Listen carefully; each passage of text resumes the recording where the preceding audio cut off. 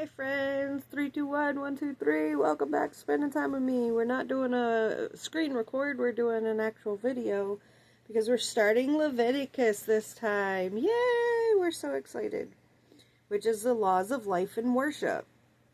So I just wanted to read really quick all this blue, just really quickly go over what we're going to get into. And then start reading Leviticus. We'll do a screen record, or see if we can do it while we're on the video, of getting into Leviticus. So only 27 chapters, so we should get through it relatively quickly.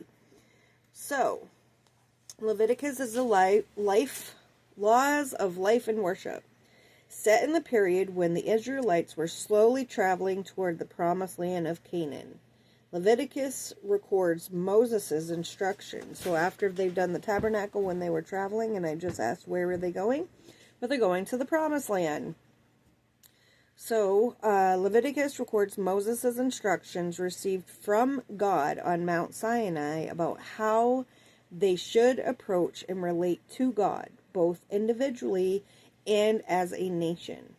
If Exodus is about the establishing of the covenant, Leviticus is about the maintaining of the covenant, right? Leviticus emphasizes the holiness of God. This characteristic made the provision of sacrifice essential, for human sinfulness is a bar to relationship with a completely holy God.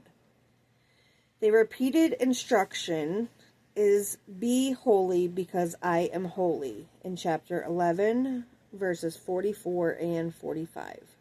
But people can't achieve this by themselves. However, other aspects of God's characters make relationship with him possible. His grace, favor, faithfulness, provision, and presence, as in chapter 26 verses 3 through 13, beautifully illustrates. The name of the book comes from the Levites, the descendants of Levi, who were responsible for worship and maintaining holiness among the people of Israel. What is it about? Leviticus provides detailed instructions about how Israel was to worship while they were in the desert. Chapters 1 through 7 provide the means by which a sinful people could safely approach a holy God. The answer is found in the system of sacrifices and offering, which are described in great detail. The point is that the sin can only be atoned for with blood, though unlike in some surrounding nations, it also had to be the blood of an animal, never a human being. Forgiveness is not cheap. If a sin is committed, someone or something has to pay for it. If the guilty person is to go free, in addition to the sacrifice to atone for sin, we are given details about offering that the people would bring to the priest as a means of honoring God. They always involve the gift of something precious, like fine flour mixed with oil and frankincense, or the first fruits of the harvest.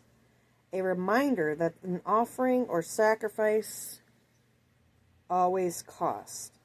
In chapter 8, Aaron and his sons are ordained as priests. From then on, when the people approached God, they did so primarily through Aaron rather than through Moses. But Aaron was not a free agent. His entry into God's presence was restricted and carefully regulated with the reoccurring warning that disobedience would lead to death. See chapter 16, verse 2 and 13. Chapter 10 tells a tragic story of two of Aaron's sons. He had 3 sons, right? So now tragic story of 2 of Aaron's sons, Nadab and Abihu. They turned to invent their own kind of sacrifice, but God rejected the the fire of their sacrifice and burned them up in his own fire instead. Oh my goodness. A solitary reminder not to play with God's holiness. Chapter 11 through 15 describe various laws on ritual cleanliness and purification, highlighting the difference that existed between the people of Israel and the pagan neighbors. This is an outworking of the key conviction of Leviticus, namely that there's a distinction between the holy and the ordinary. Chapter 16 instructs the Great Day of Atonement, an annual ceremony with very elaborate rituals that dealt with any sin the nation might have neglected to confess. The remaining chapters covers law governing the Israelites' behavior and national life, with an overriding emphasis on caring for the weak and needy. For they themselves were once weak and needy in Egypt. The book ends with a list of blessings and punishments, which put the people's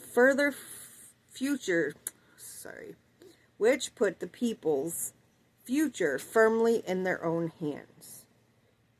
What does it mean for us? What does it mean for us? Leviticus contains God's principles for living as a holy people. God is holy, so his people must be holy too. From their behavior in Exodus, it is clear that they can never achieve this on their own. So God took the initiative. The sacrificial system to maintain their covenant relationship with him was his idea, not theirs. All they had to do was obey him, and such obedience was within their reach. Since they had shown how forgetful they were, God made sure his people couldn't forget him. The many rules and regulations brought him into every aspect of their daily lives. The message of Leviticus is that God's demands do not restrain our freedom. On the contrary, they guarantee our welfare. But will we go down this route, or will we follow Nahab and Abihu in not wanting to be told what to do?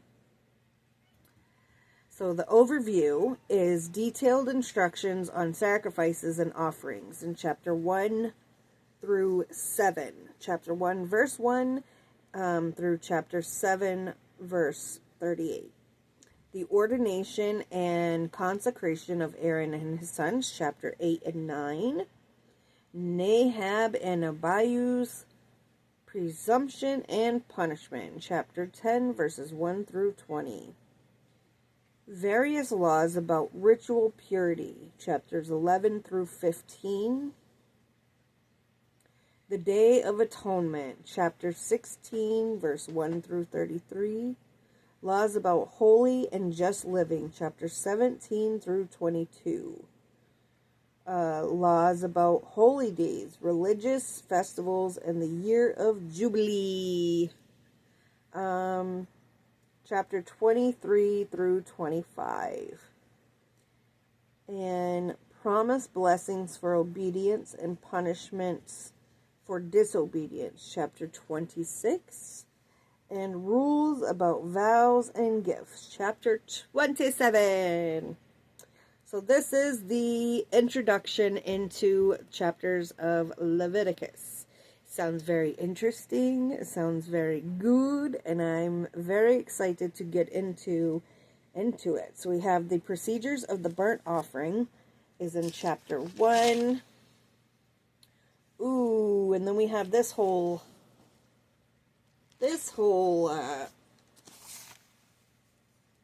thingamabobber. See if we can do it. Old Testament and sacrifices and offerings. Burnt offerings in Leviticus chapter 1 6 and 8. Perfect male animals from the herd or flock, dove or pigeon for the poor. Action involved. Blood sprinkled on the side of the altar. Whole carcass burnt on the altar. Ugh. And the purpose is the atonement for unintentional sin. Express of dedication to God. And then we have grain offering in Leviticus chapter 2 and 6. Grain is raw, baked, cooked, or fried, but with no yeast, with oil, incense, and salt. Action involved is partially burned on the altar, partly given to the priest to eat.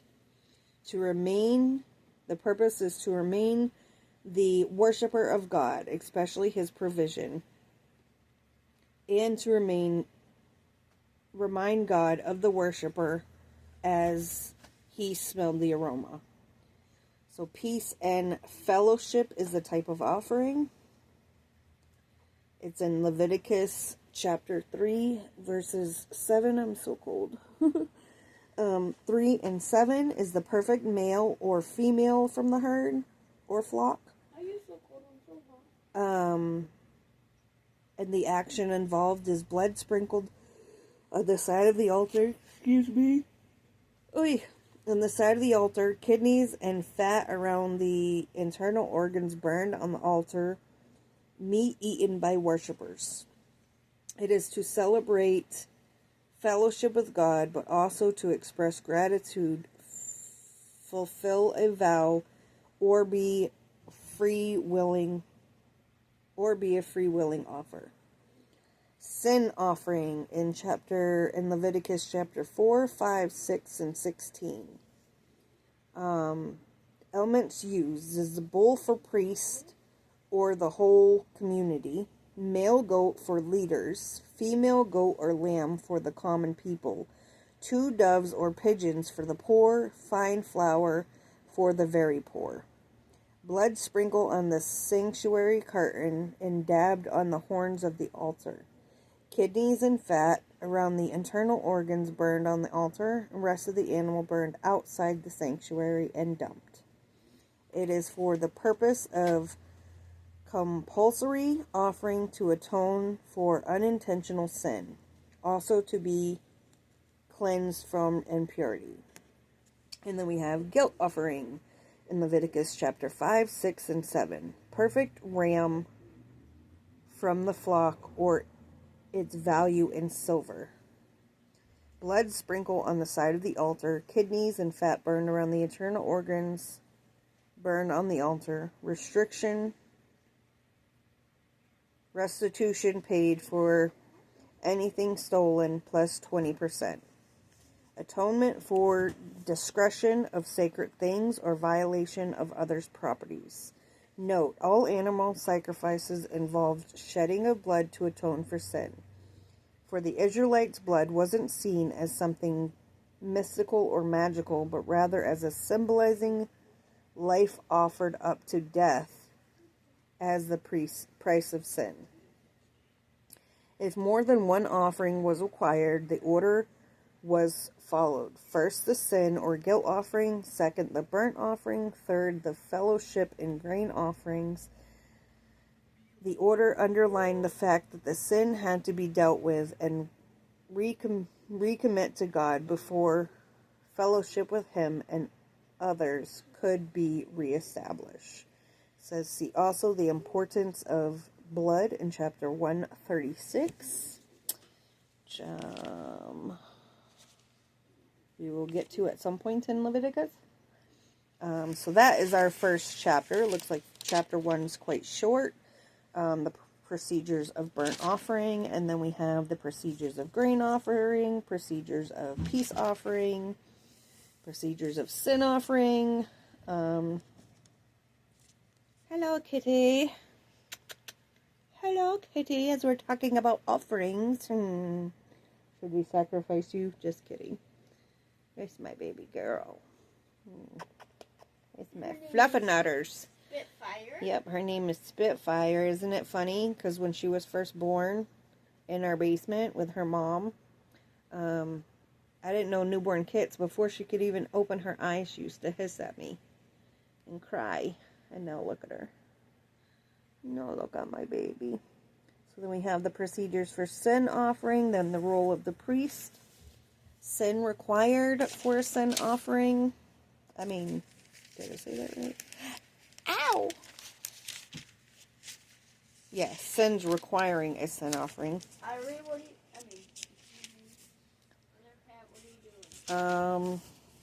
Procedures for guilt offering, sins required for guilt offering, further instructions for burnt offering, further instructions for grain offering, and then so on and so on. That's up to chapter 6, so we'll get into that when we get into that.